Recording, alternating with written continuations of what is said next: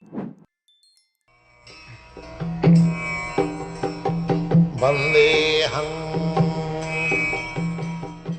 following is a class on Bhagavad Gita as it is. Chapter 9, text number 5, given by His Divine Grace, A.C. Bhaktivedanta Swami Prabhupada, recorded on 24th April 1976 in Melbourne.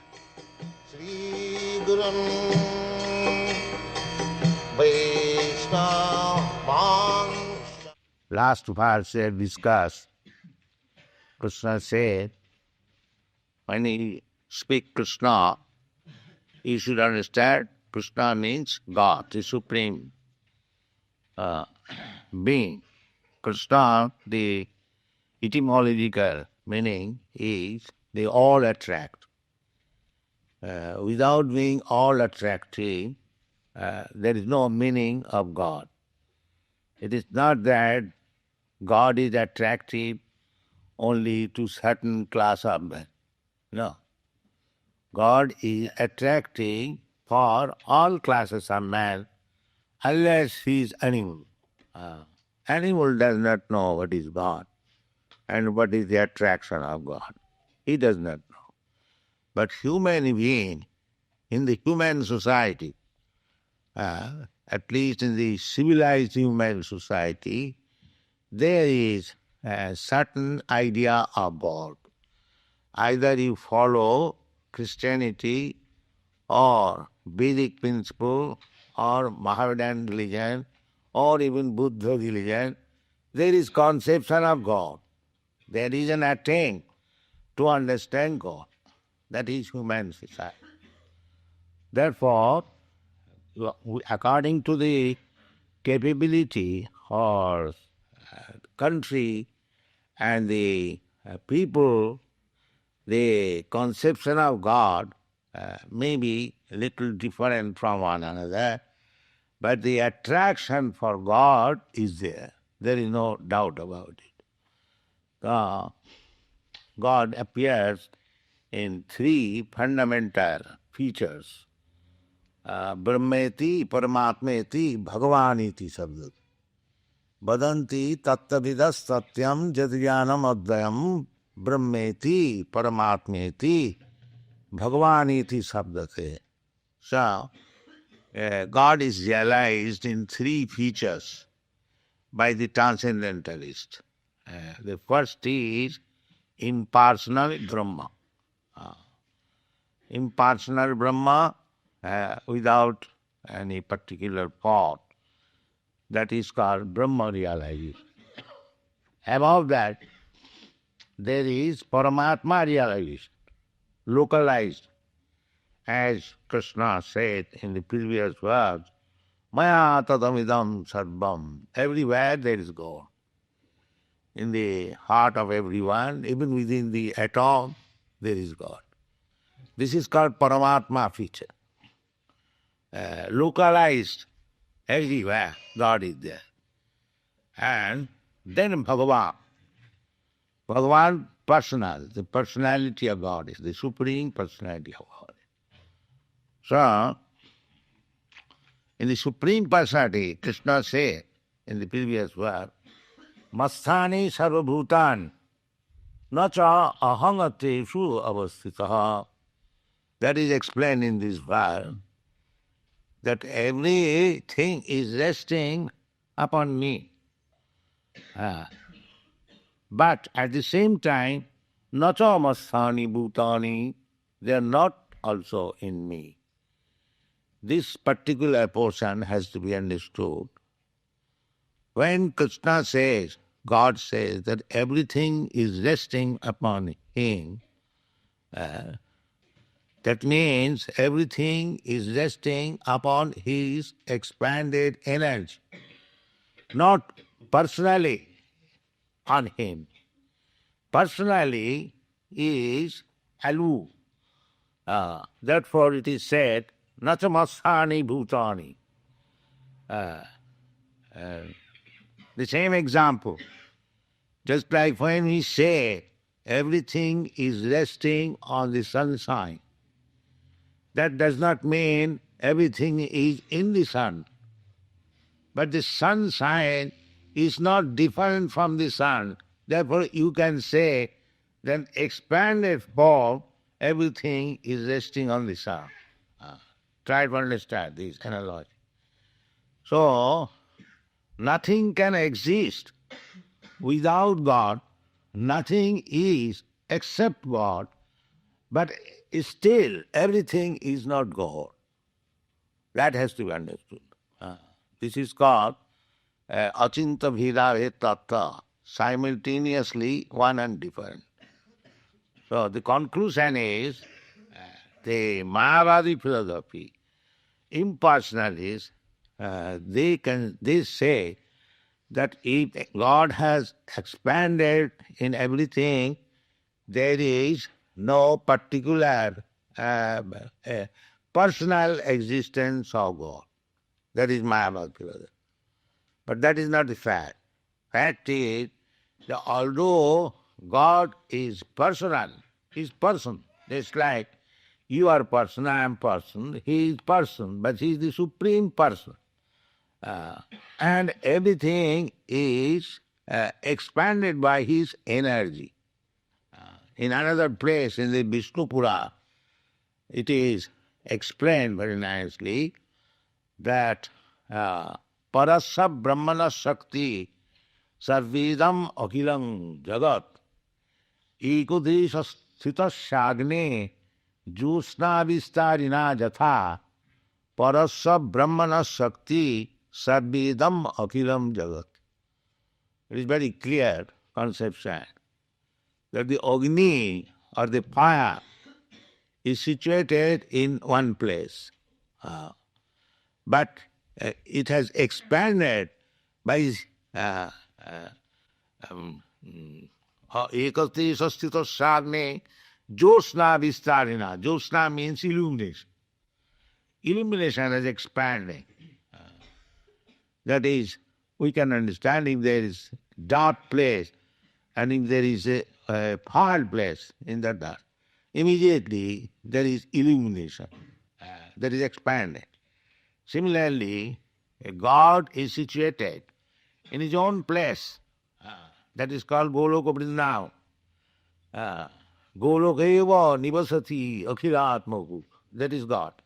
Although He is situated in His own abode, which is called Goloka Vrindavan, He has expanded throughout the creation by His energy. This is explained. Eko desha sthita Agni, Agni means fire. Fire may be situated in one place, but the illumination has expanded. Similarly, God is situated in His own place, but is an energy, parasya brahmana shakti.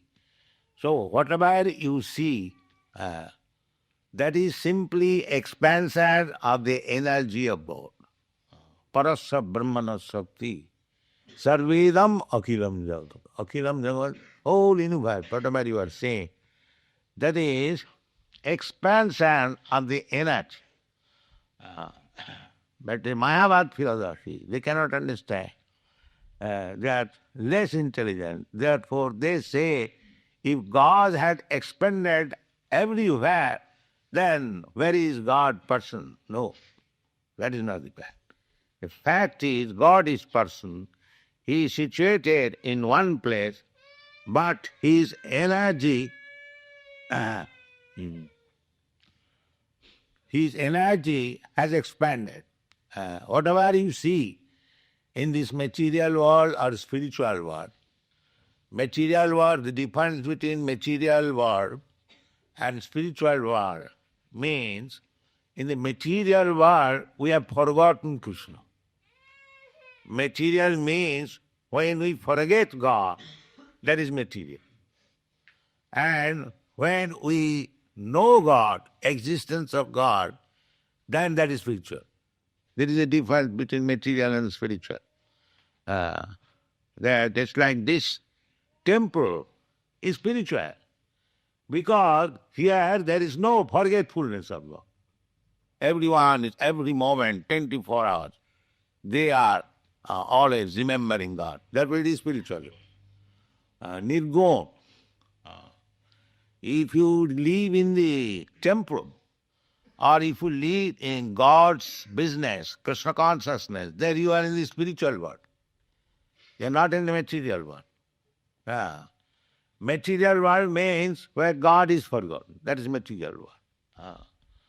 So, God is expanded by His energy. Sadvidam aphilam jagat. The spiritual world means when His spiritual energy is expanded, that is spiritual world. And when His material energy is expanded, both of them are God energies. But in one energy, just like I give you again the same example, the government. The government, say the university department, educational department, and the jail department. The jail department is also government department. It is not that government is absent from the jail department. Rather, government is spending more money for the jail department, more than the government spends on the university department. So both of them are government concerned. But one department is full of criminals and one department is full of learned scholars. This is the difference. Try to understand. You don't think that the material world is out of the control of God. It is also under the control. Exactly. The jail department is also under the control of the government. So that is the difference. Material world and spiritual world. Material world means full of criminals, all against God, all defying the authority of God. And the spiritual world, everyone is accepting the supremacy of God. That is material and spiritual. So here it is said, Nachamasthani bhukani, where God is forgotten, that is godlessness. Nachamasthani bhutani pasyame yogamaisaram. Although they are living within the kingdom of God, still they are forgotten. Because they wanted to forget. God is giving us facility that if you want to forget Him, He will give you good facilities to forget Him forever. Jijathaman prapaddanti sam tathayo bhajaniyam. But if you want God, He will give all facilities to come back to Him, back to God. So this is our position in the human form of life. If we want to go back to home, back to Godhead, then we can do that in this life. And if we want to forget Him again, we have got this chance. If we want to forget Krishna, God, then we are again in the cycle of birth and death. That is the beginning of this chapter, 9th chapter of Bhagavad Gita. Asaddhana purusha dharmasya parantava aprapta mang nivattanti mittu sangsaravatmani. Two things that is explained. Asaddhana, what Krishna is speaking, the instruction. If we have no faith to believe Him, and if we don't accept it, then the result is that he is losing the chance. He got this human form of life to understand God. But if he is missing this opportunity, then the result will be aprapamang nivattanti. We have come from God. Either you go back to home, back to Godhead, or again we go back to the cycle of birth and death. Mrityu sangsaravatmani. The cycle of birth and death. It is called mrityu samsara. Samsara means tribulation.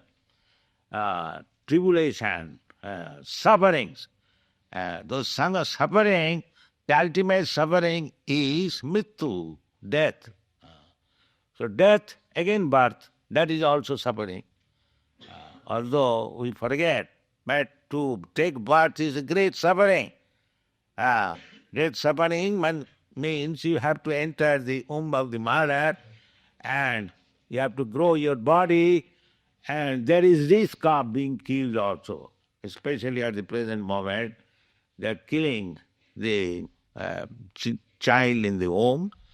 So just imagine how much suffering it is. And if he is killed, if the child is killed, then his term of imprisonment in that body is not finished. Therefore, he has to enter again another body, again enter into the mother's womb.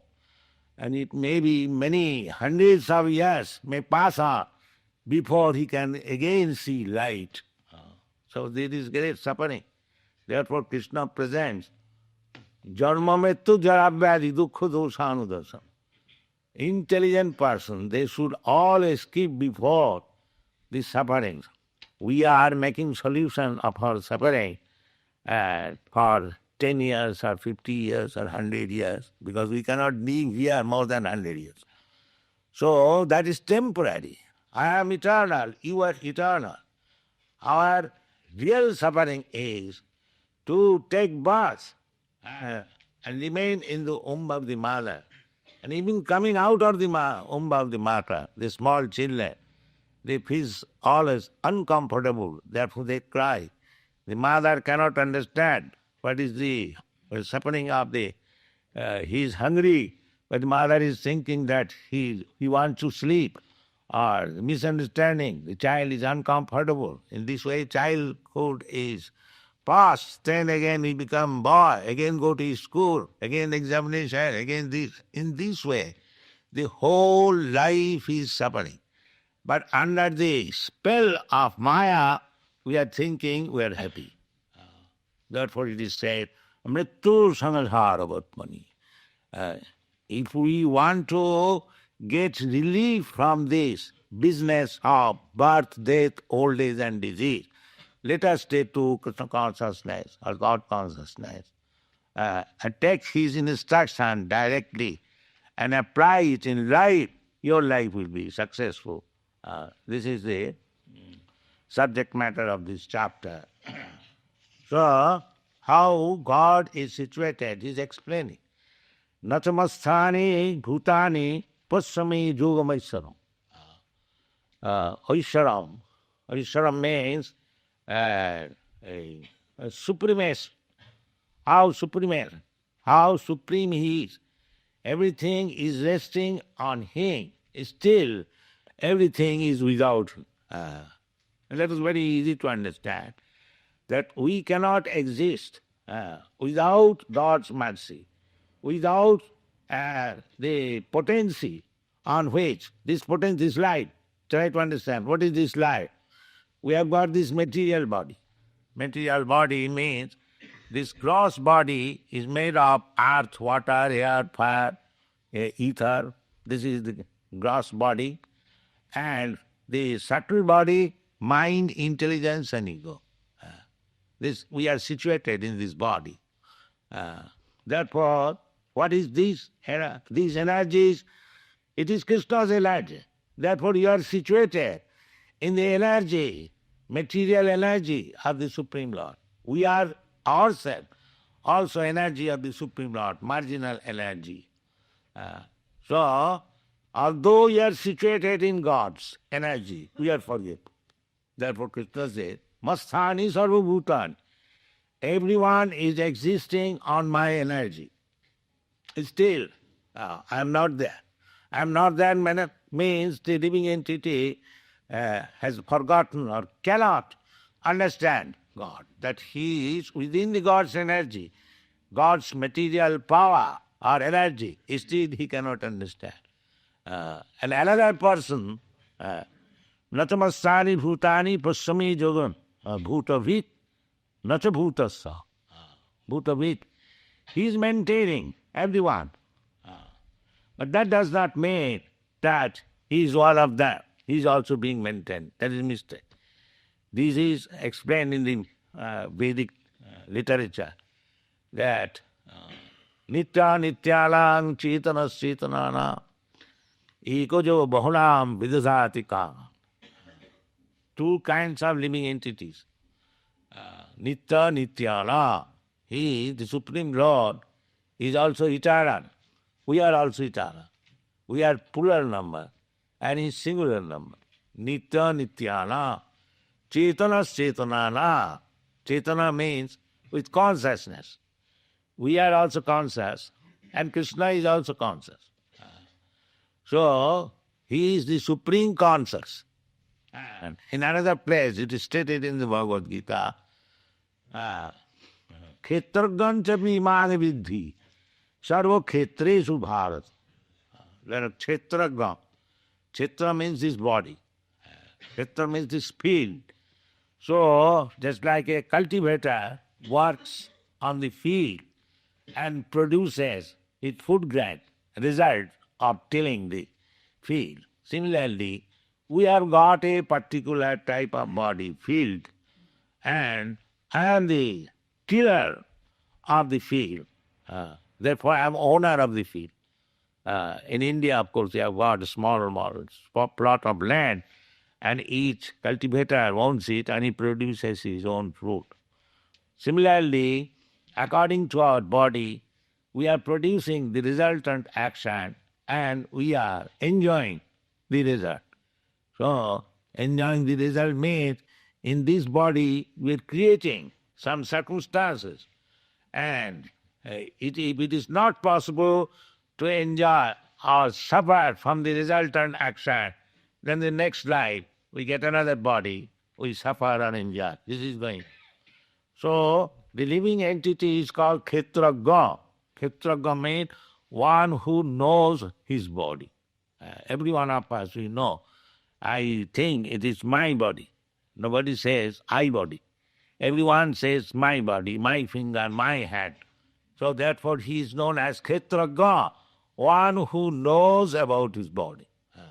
So Krishna says that Kshetragancha vimani vidhi. I am proprietor of this body. You are proprietor of your body. But Krishna is proprietor of everybody. That is Krishna. Maya tatamidang sarvam. He is in everyone's body. Ishara sarvabhutanam riddheshe arjuna tishtati.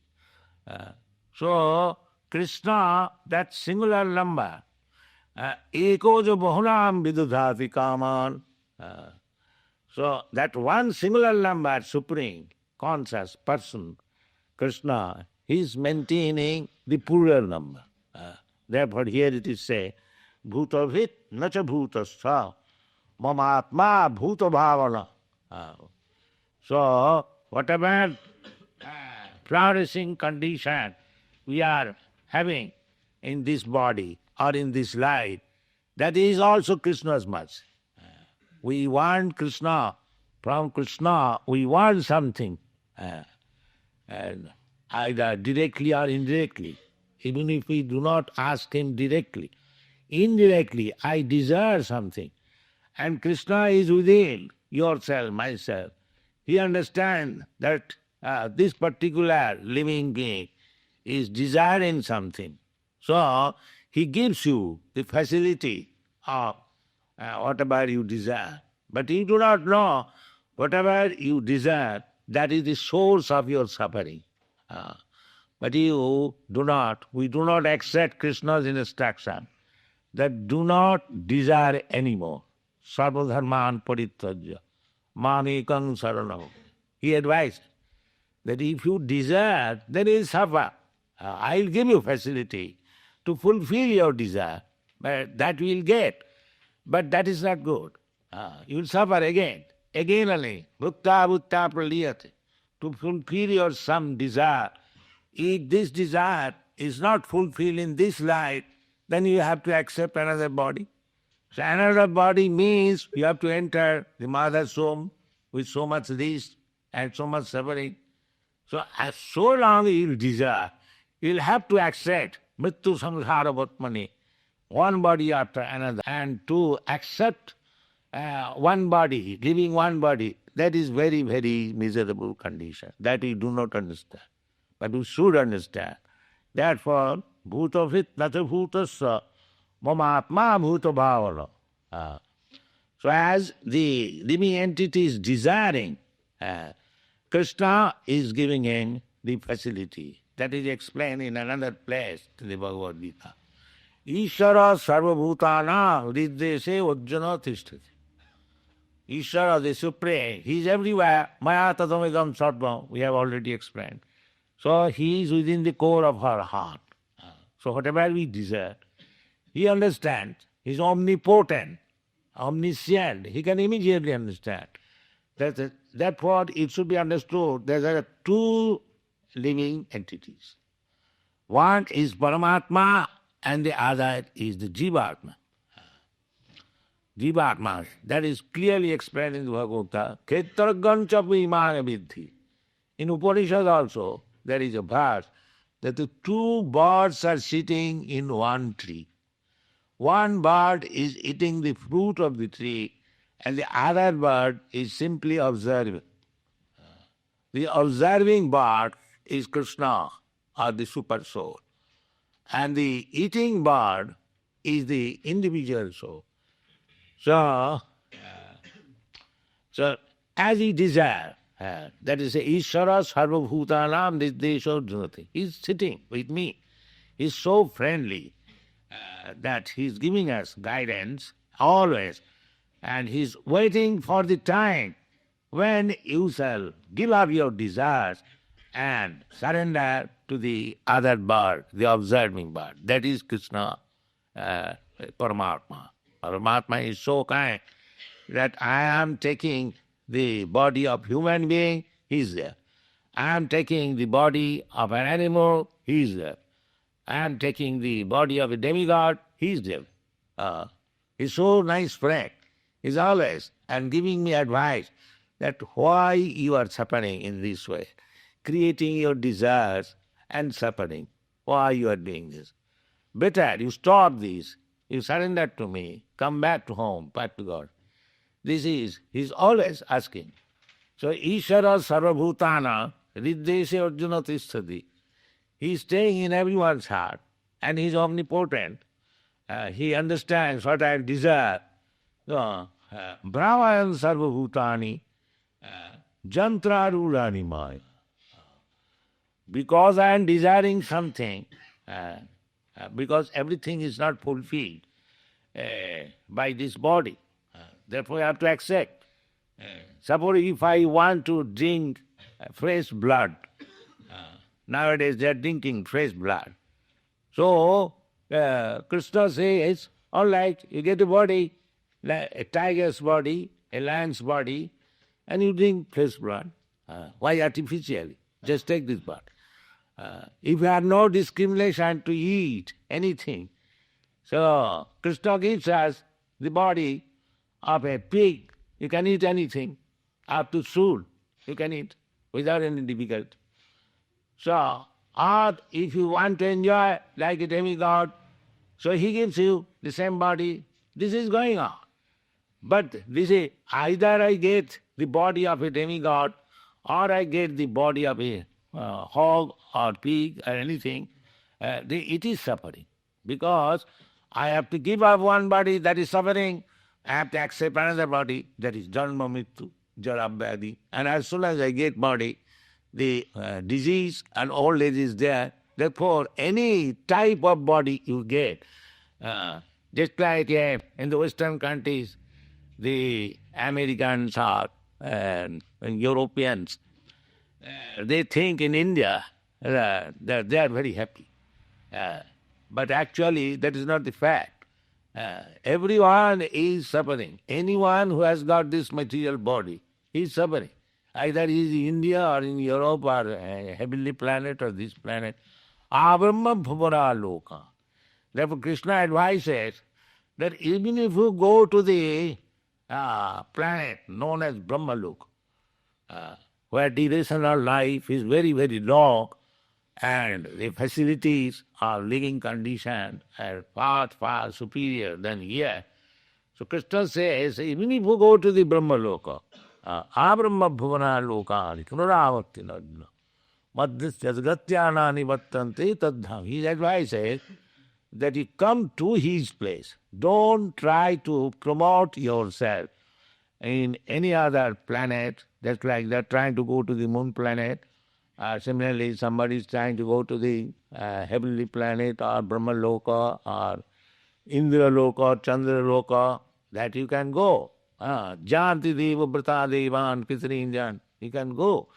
But all of them are uh, infected with these sufferings, namely the birth, death, and old age and disease. So bhutavit nata bhutasta mamatma bhuta bhavana. So God gives you chances. Whatever body he wants, he does not prepare himself, but jantra rurani maya. His agent is this maya, material energy. And the material energy is conducted under his order. Maya dhakshena prakriti suyate sa characharam. So, God, Krishna indicates the Supersoul who is situated within your heart. You desire something, and he immediately orders the material nature that he give him such and such body. Jantra. The body is jantra, machine. This body is a machine. So jantra rurani. He seated in one kind of machine, and he goes from one place to another, from one planet to another, from one life to another. This is going on. Brahman sarva bhutani, jantra rurani maya. This business is going on. If we want to stop this business, and we have got this opportunity, human form of life, we can understand things if we have got little intelligence. And everything is being explained by Krishna. If we take Krishna's instruction and mold our life accordingly, that is the Krishna consciousness movement, then our life becomes successful. And after giving up this body, we are no more going to accept any material body. Taktadi hanga punarjanma naiti mameti kauntya. We get a suitable body in which we can go back to home, back to Godhead. Mazjajino pijantima. So we have to work here. So we can prepare ourselves to be being promoted to the higher planetary system or lower animal kingdom. We can become pig, we can become how, we can become demigod, we can become so on, so on, whatever we desire. Krishna will give us opportunity, but that will not make us happy. If we go back to home, back to Godhead, without the tribulation of repetition of birth and death, that will make us happy. So our Krishna consciousness movement is giving opportunity to everyone how to go back to home, back to Godhead after giving up this body. One has to give up this body, that is certain. But why this body should be wasted for propensities like the animals? It should be fully utilized how to go back to home, back to God. This is our propaganda, and we base on these authorities of Bhagavad Gita as it is. It is not that we have manufactured it. There is no question of manufacture. It is authoritative. It is accepted by all the Acharyas. So our request is that you also take this opportunity and be Krishna conscious, and next life you go back to home, back to Godhead, and be eternally happy. Thank you very much.